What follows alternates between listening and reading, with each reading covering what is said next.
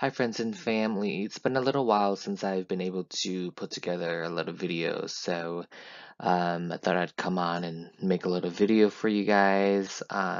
Today's video is Hmong Shamanism 104, and the topic is the coming of your shaman journey. Where do I begin? This video really is for people who are starting their shaman journey, who may have questions about their own shaman journey and where they begin. I know that in the beginning, it can seem like a lot of things to do. So this video kind of breaks it down for you. So these are 5 or 6 of the most asked questions that I get, either in my email or my blog. Is number 1, how do I know I have shaman guides? Number 2, what do I do when I've been told I have shaman guides? Number 3, how do I find my shaman master and how do I know that they are my master? Number 4, how do I know my shaman type or lineage? Number 5, what is the beginning process like? What are the beginning steps of my shaman journey going to be like? And then just some last minute tips and advice and helpful thoughts for anyone starting their shaman journey. So you might be asking yourselves, how do I know I have shaman guides? A pretty good indicator of that is what we call moneng or shaman sickness. And you might have heard that term used before. So this is the initiation and calling from your shaman guides. This refers to the physical and mental or spiritual sickness that results when your shaman guides choose you as a candidate. Now, I've categorized moneng into 2 types. The first one is physical, and then the second one is mental and spiritual. So physical is when you experience maybe a near-death experience, like surviving cancer, surviving a communicable disease, um, experiencing a miracle, and having a physical pain for a long period of time, and no medical help has alleviated that illness. And then the mental and spiritual, we talk about experiencing things like depression, anxiety, mental exhaustion, feeling very sheer or nostalgic, and then also experiencing paranormal or supernatural phenomena.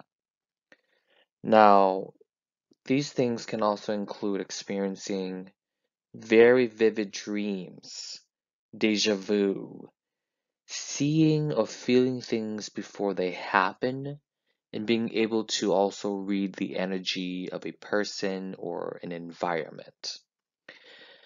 Now, the sickness has to be a constant sickness and also persistent. So they must be a sickness that has occurred for a very long time and also something that keeps occurring. It doesn't go away, it doesn't resolve. Now, as a side note, which is a really important message, just because you have these symptoms, it doesn't mean that you are a chosen shaman. So the everyday average person can also experience, for example, a near-death experience. They may be a cancer survivor, but that doesn't make them a shaman. They may have depression and anxiety for a long period of time, but that doesn't make them a shaman. Um, so let's say that you sought out a shaman or medium, and they tell you that you have shaman guides or that you have koneng. Now what do you do? So after you've been told that you have shaman guides, the first thing to do is to observe and to really monitor a change in your shaman sickness. In a way, your shaman sickness should resolve. Feeling depressed or kaoshia, those types of feelings should resolve, and you should feel a sense of relief. Now, you don't want to just make a shaman altar and start to oneng right away. This can actually bring unwanted da and zong into your altar, and they could eventually possess you. So you don't want to do that. What you want to do next is find someone to jaineng. So when we say jaineng is a process of finding your master or someone to perform a diagnostic ritual to confirm your shaman guides. Now, typically, the shaman, từ niềng nênh or chỉ nênh ấy có trở tao na, they end up being your master. This isn't always the case. If some people they have very picky shaman guides, it takes them a few years, months to years to even find their shaman master. Now there are a few ways to journaling. I personally have never had to do that before, but I've seen people balancing an egg on a knife or balancing a coin on a knife. There are many different ways. I think if you just look it up on YouTube or if you ask an elder, they'll tell you. After you're able to zhou to zining la nianeng de, then you would have to contact them and explain to them that 個罪咧嚟多一攤 and then kind of explain to them the situation that you are in. When you are able to join in and the shaman performs a ritual and they confirm that you do have shaman guides, what they will do is they will thing or set a date for your shaman sickness to go away and resolve. So the point of this is that we want to make sure that it actually is or are your shaman guides. For example, they may say in 30 days, or they may say in 15 days. By the end of the 30 days, for example, your illness should have resolved drastically. And when it does, you can then find a shaman master to come and filter, or what Hmong people say, là lì có chẳng nắng nè, ngã có chẳng nắng là đâu có lưu miểu tha nè, okay? In most cases, the shaman that filters, là she lì cái đó khôn nắng nè, they're usually the one that performs the earlier ritual. So they're the one that got chào tao từ chính nè, okay? Called process of filtering là she lì mà it separates the khôn or cheng thiết tia nè from the khôn that your da here your da yon zao okay?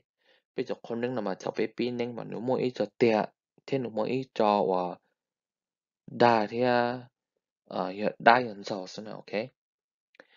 So after they filter your shaman spirits, they bring that onto the small altar that you have.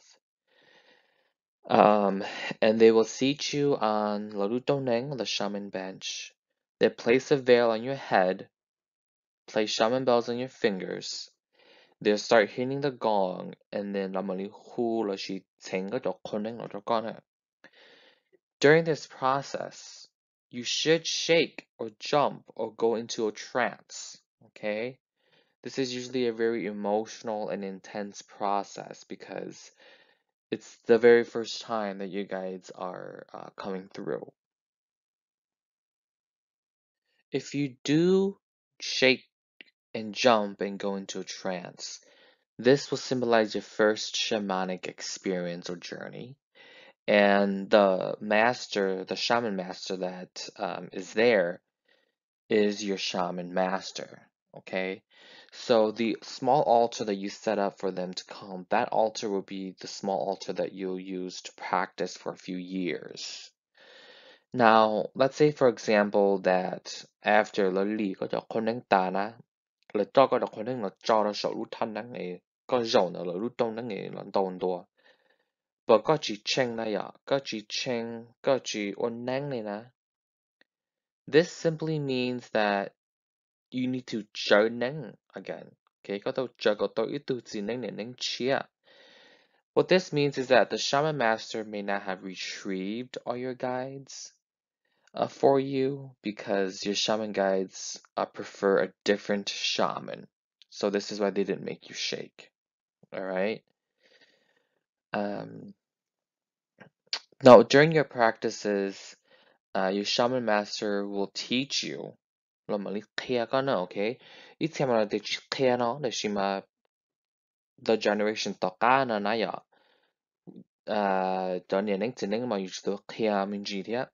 create our rituals, some words and phrases, and your shaman master should serve as a guide for you. Okay? Now, the one thing that I can say when you start this process is be persistent. The only way to really become good at anything is by practicing. And you practice by actually owning or by listening to other shamans, see what they do. Follow your master around when they go and perform rituals and observe. I remember when I started my journey, any opportunity that I got, I would practice and rehearse my chants out loud in my head. When I was in the shower, I would say it out loud. When I am in the car, because I commute and drive to school a lot, so I would rehearse in the car when I went and go pick up my niece and nephew from school. Any opportunity you get, take that chance to rehearse, to practice, and you'll become better. All right, so I've had a lot of people ask me, how do I find my shaman master? And how do I know they are my master? This is a really interesting and complex process, the master-student relationship, okay?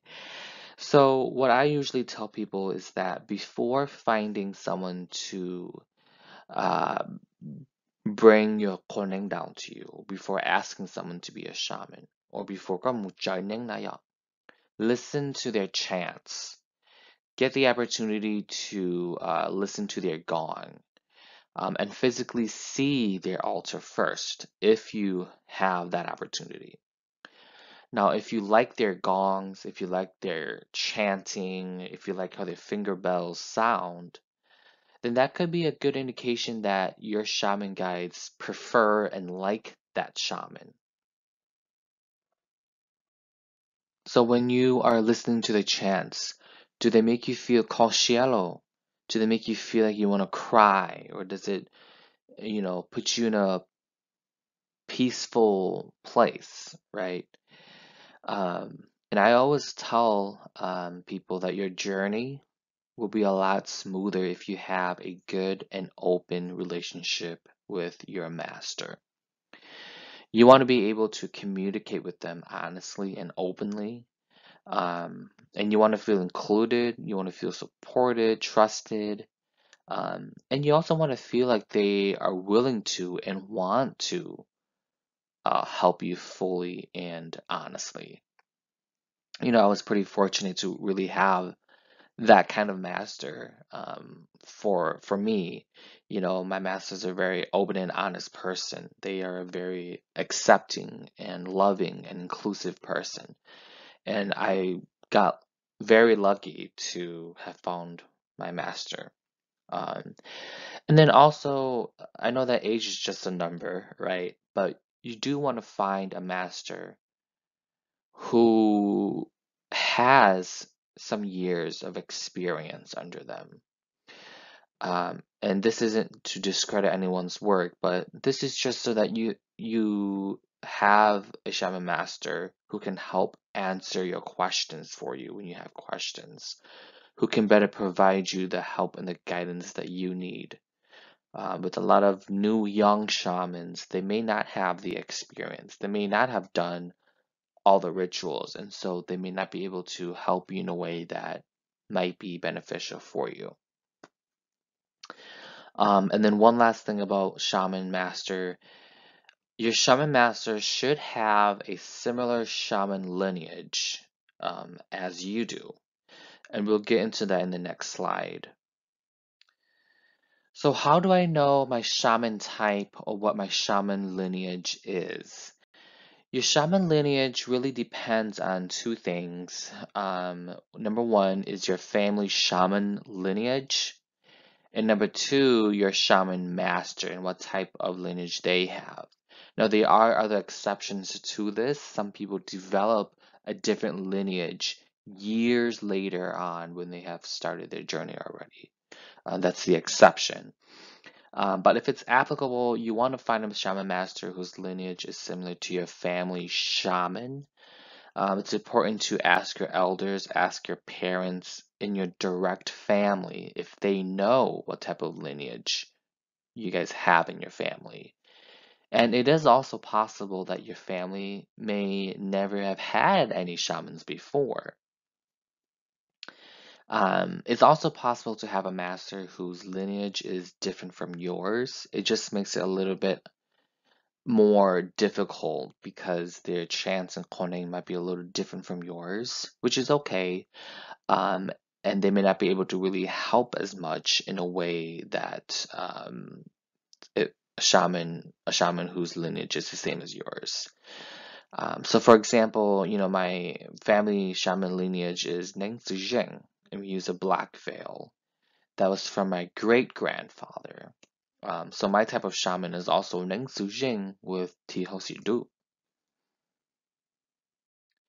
I'm just gonna quickly go over and run through the types of shamanism. I do have these videos up in one of my videos titled Hmong Shamanism 101. If you're interested, feel free to go and check that out.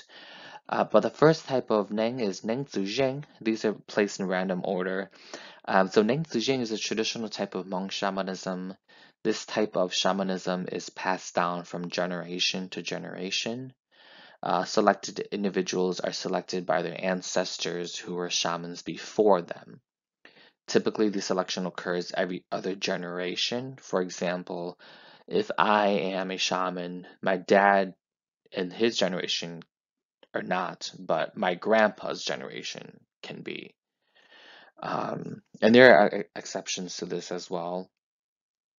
Ning Zijing typically wear a black shaman veil. A lot also wear red veils as well. I think it just depends on your lineage and your master. Um, Neng Shiyi, this is also considered to be traditional. Selected individuals are said to be chosen by Shiyi himself. Shiyi is said to be the very first Hmong shaman and spiritual healer who received his gifts from heaven to help heal humankind. Neng Lingao are people who have these shamans are said to be directly selected by Lingao. Hmong folklore tells that Lingao is Shi Yi's son, who also became a shaman. Um, there are variations to this story as well, but shamans who have this type of lineage, you might see them uh, with an altar using the colors green and red. They draw their strength from the colors green and red. Neng Shao, these types of shamans are often referred to as psychics. They possess many different abilities and aspects of shamanism, such as, being able to communicate with the dead, fortune reading, cleansing, witchcraft, and black magic. Neng Shao has become more and more common today among young generations. Oftentimes, people who are Ning Shao are also Ning Zuzheng, or they are Ning Shao and another type of Ning. Um, so Hmong folklore tells of an old immortal man, and his name was Shao, right? We've all heard of this guy named Shao. He was given powers from heaven to help and heal people, and he was known for his psychic abilities. Ninpokhe, this isn't necessarily a lineage. It's just kind of like a style or kind of like a ritual. Ninpokhe, this type of shamanism is a very old style.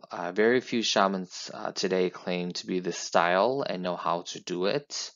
It's not often accepted as a way to heal anymore, just because of how outdated and kind of how dangerous it can be.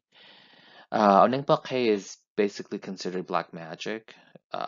One only performs this ritual to go into the other side, also known as the afterlife, to communicate with the dead or a lost soul.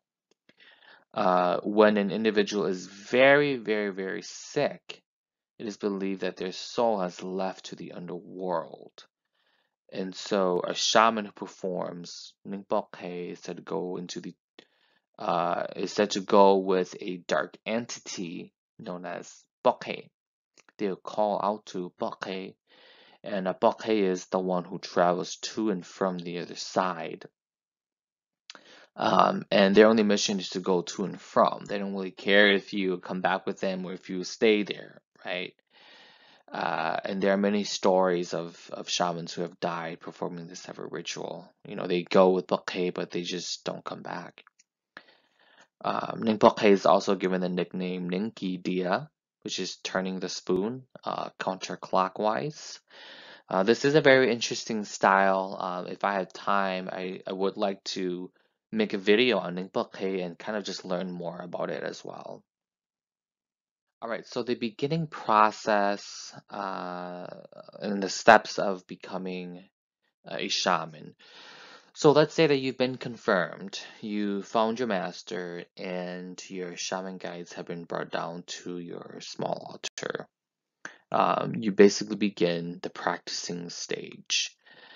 This stage, at least from my own experience, I'm not sure about other types of lineages, but from my own experience, this takes many years because you want to try to master and memorize all your chants. And for a lot of people, myself included, these are a lot of chants and a lot of things to remember. So during when you are practicing, you'll learn to Shai. You're going to learn to Shai Ma and diagnose clients. During this stage, however, you aren't really allowed to call or heal anybody yet. And also during this stage, you do not have a shaman bridge, Lashi Katu Choneng yet. These are the strings that are on top of the ceiling. So at the beginning, it may seem like there's a lot of things to do and learn, which they kind of are. But it's important to just kind of take it one chance at a time. What I found worked for me was that every time you practice, make it a goal to master the previous chants and then go on a little further each time. All right, tips, advice, and some helpful thoughts as we're coming an end to the video here. What I found helpful was to make sure that you teach your helper, 我覺得 they are also entering this new stage and they're kind of learning it along with you. And not only do they have to learn to listen to your chants, but they have to learn to really follow your style of chanting, your style of folding paper and cutting paper and doing all that. So make sure you teach them as well. Things that they're doing wrong, make sure you correct them. Things that they're doing right, make sure you praise them as well. Find what works for you and do it every single time. It's a lot easier if you do something consistently versus changing it up, which may confuse you as you're practicing or doing rituals. And every shaman kind of discovers their gift, or they kind of discover something, a gift where they are more excelled at. Like, for example, I have vivid dreams, right? My messages come through dreams.